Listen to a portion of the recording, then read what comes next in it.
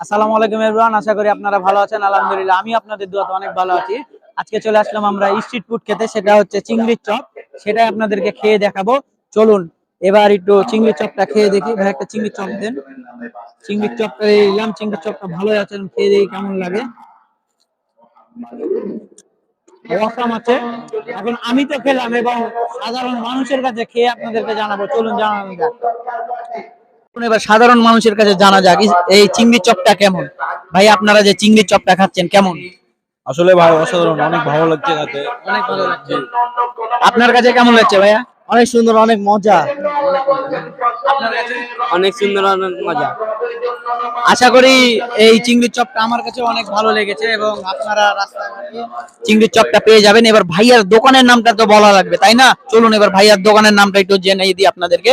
আসসালামু আলাইকুম ভাই। ওয়ালাইকুম আসসালাম। ভাইয়া আপনার নাম কি?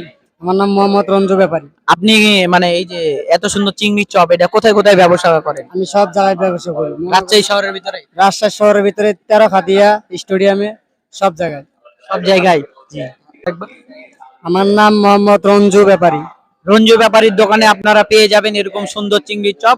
আশা করি আমার এই ভিডিওটা আপনাদেরকে ভালো লাগবে। দেখা হচ্ছে নেক্সট ভিডিওতে।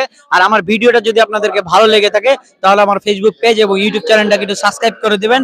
আসসালামু আলাইকুম, আল্লাহ হাফেজ।